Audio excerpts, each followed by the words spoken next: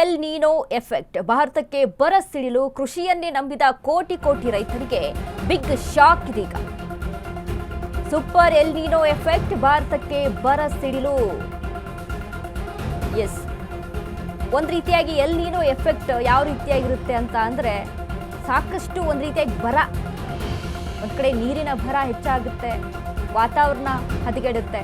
ಹೀಗಾಗಿ ಎಲ್ ನೀನೋದಿಂದ ಈ ಬಾರಿ ಮುಂಗಾರಿನ ಮೇಲೆ ಗಂಭೀರ ಪರಿಣಾಮ ಬೀರುತ್ತೆ. ಸೂಪರ್ ಎಲ್ ನೀನೋ ಎಫೆಕ್ಟ್ ವಾಡಿಕೆಗಿಂತ ಕಡಿಮೆ ಮಳೆ, ವಾಡಿಕೆಗಿಂತ ಅಧಿಕ ಉಷ್ಣಾಂಶ, ಕೃಷಿ ಮೇಲೂ ಪರಿಣಾಮ.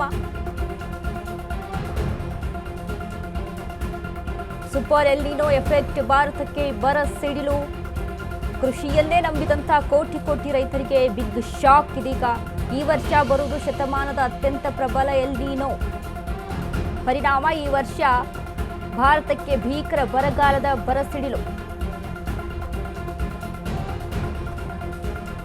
ಈಗಲೇ ಜನ ಬಿಸಿಲಿನ ಬೇಗೆಯಿಂದ ಎಷ್ಟು ತತ್ತರಿಸಿ ಹೋಗ್ತಾ ಇದ್ದಾರೆ, ಬಿಸಿಲಿನ ಪ್ರಮಾಣ ಎಷ್ಟು ಮಟ್ಟಿಗಿದೆ. ಮುಂಗಾರು ಮಳೆಯನ್ನ ನಂಬ್ಕೊಂಡು ಕೃಷಿಕರು ಕೂಡ ಇದ್ದಾರೆ. ಅಪ್ಪ, ಈ ಬೇಸಿಗೆ ಹೇಗೋ ಒಂದು ಪಾರಾಗ್ಬಿಟ್ರೆ ಸಾಕು, ಮುಂದೆ ಮುಂಗಾರು ಮಳೆ ಬರುತ್ತೆ, ಅದರಲ್ಲಿ ಆದ್ರೂ ಭೂಮಿ ತಂಪಾಗುತ್ತೆ, ಬೆಳೆ ಬಿತ್ತಬಹುದು, ಬೆಳೆ ಬೆಳಿಬಹುದು ಅನ್ನುವಂಥ ನಿಟ್ಟಿನಲ್ಲಿ ಕೃಷಿಕರು ಕಾಯ್ತಾ ಇದ್ದಾರೆ. ಬಟ್ ಸೂಪರ್ ಎಲ್ ನೀನೋ ಎಫೆಕ್ಟ್ ಇಂದ ಈ ಬಾರಿ ವಾಡಿಕೆಗಿಂತ ಕಡಿಮೆ ಮಳೆ ಆಗುವಂತ ಸಾಧ್ಯತೆ, ಉಷ್ಣಾಂಶ ಹೆಚ್ಚಾಗಿರುತ್ತೆ ಅನ್ನುವಂಥದ್ದು ಇಲ್ಲಿ ಕಂಡು ಬರ್ತಾ ಇದೆ. ಇದರಿಂದ ಮತ್ತಷ್ಟು ಬರ ಬೀಳುವಂತ ಚಾನ್ಸಸ್ಗಳು ಹೆಚ್ಚು. ಖಾರಿಫ್ ಬೆಳೆಗಳನ್ನ, ಮುಂಗಾರಿನಲ್ಲಿ ಬೆಳೆಯುವಂಥ ಖಾರಿಫ್ ಬೆಳೆಗಳನ್ನ ನಂಬ್ಕೊಂಡು ರೈತರು ಇದೀಗ ಇದ್ದಾರೆ. ಅಂದ್ರೆ ಒಣ ಬೇಸಾಯ ಮಾಡುವಂಥವ್ರು ಮಳೆಯನ್ನೇ ನಂಬ್ಕೊಂಡಿರುವಂಥದ್ದು.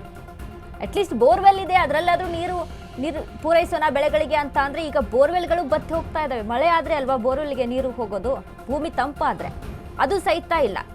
ಬಟ್ ಸೂಪರ್ ಎಲ್ ನೀನೋ ಏನಿದೆಯಲ್ಲ, ಇದರ ಎಫೆಕ್ಟ್ ಇಂದಾಗಿ ಪೆಸಿಫಿಕ್ ಸಾಗರದ ಉಷ್ಣಾಂಶ ಹೆಚ್ಚಿಸುವ ಸಾಮರ್ಥ್ಯ ಇರುವ ಸೂಪರ್ ಎಲ್ ನೀನೋ, ಮುಂಗಾರು ಮಾರುತಗಳಿಗೆ ಅಡ್ಡಿಪಡಿಸಬಲ್ಲ super L ನೀನೋ.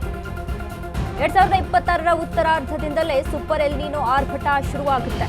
Danger alarm ಮೊಳಗಿಸಿದ Europe ಹವಾಮಾನ ಇಲಾಖೆ. ಈಗಾಗಲೇ ಹಿಂದೆಂದಿಗಿಂತ ಈ ವರ್ಷ ದೇಶದೆಲ್ಲೆಡೆ ಉಷ್ಣಾಂಶ ಹೆಚ್ಚಳ. ಕರ್ನಾಟಕ, ಆಂಧ್ರ, ತಮಿಳುನಾಡಿನಲ್ಲಿ 40 ಡಿಗ್ರಿ ದಾಟಿದ ಉಷ್ಣಾಂಶ. ಬಿಸಿಲಾಘಾತಕ್ಕೆ ಉತ್ತರ ಭಾರತ ತತ್ತರ, ಅಘೋಷಿತ ಕರ್ಫ್ಯೂ ಸ್ಥಿತಿ. ಪೆಸಿಫಿಕ್ ಮಹಾಸಾಗರದಲ್ಲಿ ಬಲಿಷ್ಠವಾಗ್ತಿರುವಂತಹ ಸೂಪರ್ ಎಲ್ ನೀನೋ, ಉಷ್ಣಾಂಶ ಹೆಚ್ಚಿಸುವ ಸಾಮರ್ಥ್ಯ ಇರುವ ಸೂಪರ್ ಎಲ್ ನೀನೋ, ಮುಂಗಾರು ಮಾರುತಗಳಿಗೆ ಅಡ್ಡಪಡಿಸಬಲ್ಲ ಸೂಪರ್ ಎಲ್ ನೀನೋ. 2026 ಉತ್ತರಾರ್ಧದಿಂದಲೇ ಸೂಪರ್ ಎಲ್ ನೀನೋ ಆರ್ಭಟ ಶುರುವಾಗುತ್ತೆ. ಡೇಂಜರ್ ಅಲಾರಾಮ್ ಮೊಳಗಿಸಿದ ಯುರೋಪ್ ಹವಾಮಾನ ಇಲಾಖೆ. ಪೆಸಿಫಿಕ್ ಮಹಾಸಾಗರದಿಂದ ಶುರುವಾಗುವಂತಹ ಸೂಪರ್ ಎಲ್ ನೀನೋ ಏನಿದೆಯಲ್ಲ, ಇದರ ಎಫೆಕ್ಟ್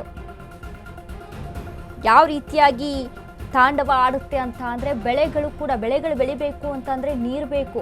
ಮುಂಗಾರು ಮಳೆಯ ಕೊರತೆ ಆಗುತ್ತೆ. ಅಲ್ಲಿ ಮಳೆಯ ಕೊರತೆ ಆಯಿತು ಅಂತ ಅಂದಾಗ ಬೆಳೆ ಎಲ್ಲಿಂದ ಬರುತ್ತೆ? ಉಷ್ಣಾಂಶ ಹೆಚ್ಚಾಗುತ್ತೆ, ಬಿಸಿ ಗಾಳಿ ಒಂದು ರೀತಿಯಲ್ಲಿ ಈಗಲೇ ತಡ್ಕೊಳ್ತಾ ಇಲ್ಲ ಜನ. ಕರ್ನಾಟಕ, ಆಂಧ್ರ, ತಮಿಳುನಾಡುಗಳಲ್ಲಿ 40 ಡಿಗ್ರಿ ಬಿಸಿಲು ಅಂತ ಅಂದ್ರೆ ತತ್ತರಿಸಿ ಹೋಗ್ತಾ ಇದೆ.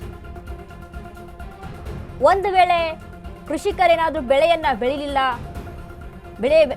ಬೆಳೆಯೋಕೆ ಸಾಧ್ಯ ಆಗಲಿಲ್ಲ, ಮಳೆ ಬರಲಿಲ್ಲ ಅಂತ ಅಂದ್ರೆ ಇನ್ನು ಮತ್ತೊಂದು ರೀತಿಯಲ್ಲಿ ರೇಟ್ಗಳು ಹೆಚ್ಚಾಗ್ತವೆ. ಅದೊಂದು ರೀತಿಯಲ್ಲಿ ಹೊಡೆತ ಬೀಳುತ್ತೆ ಜನಸಾಮಾನ್ಯರಿಗೆ. ಬೆಳೆಗಳು, ಎಣ್ಣೆ ಕಾಳುಗಳಾಗಿರ್ಬೋದು, ಈಗ ಖಾರಿಫ್ ಬೆಳೆಗಳನ್ನ ಏನು ಬೆಳೀತಾರೆ ಅಲ್ವಾ, ಆ ಒಂದು ಸಂದರ್ಭದಲ್ಲಿ ಕಾಳುಗಳನ್ನ, ಎಣ್ಣೆ ಕಾಳುಗಳು, ಕಡಲೆ, ಶೇಂಗಾ, ಈ ಅಲ್ಪಾವಧಿ ಬೆಳೆಗಳನ್ನ ಬೆಳೀತಾ ಇರ್ತಾರೆ. 3 ತಿಂಗಳ ಬೆಳೆಗಳು ಇರುತ್ತೆ ಅಲ್ವಾ, ಅವನ್ನ ಬೆಳೀತಾ ಇರ್ತಾರೆ. ದ್ವಿದಳ ಧಾನ್ಯಗಳನ್ನ, ಇವೆಲ್ಲ ರೇಟ್ ಹೆಚ್ಚಾಗುವಂತ ಸಾಧ್ಯತೆ. ಎಣ್ಣೆ ಕಾಳುಗಳು ಅಲ್ಲಿ ಕಡಿಮೆ ಆಯಿತು ಅಂತಂದ್ರೆ ಆ ಬೆಲೆ ಕೂಡ, ಅಡಿಗೆ ಎಣ್ಣೆ ಕೂಡ ಹೆಚ್ಚಾಗುವಂತ ಸಾಧ್ಯತೆ.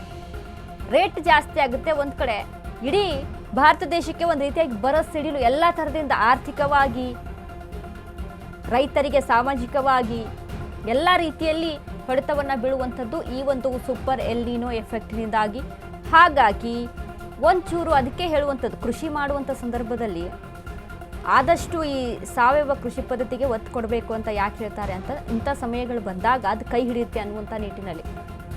ಪ್ರಕೃತಿಗೆ ವಿರೋಧವಾಗಿ ಮಾಡೋಕ್ಕೆ ಹೋದಾಗ, ಹೆಚ್ಚಾಗಿ ರಾಸಾಯನಿಕಗಳನ್ನು ನಾವು ಕೃಷಿ ಭೂಮಿಗೆ ಬಳಸೋದಕ್ಕೆ ಹೋದಂಥ ಸಂದರ್ಭದಲ್ಲಿ, ಇಂಥ ಸಮಯದಲ್ಲಿ ಅದು ತುಂಬ ಎಫೆಕ್ಟನ್ನು ಕೊಡುತ್ತೆ ರೈತರಿಗೆ.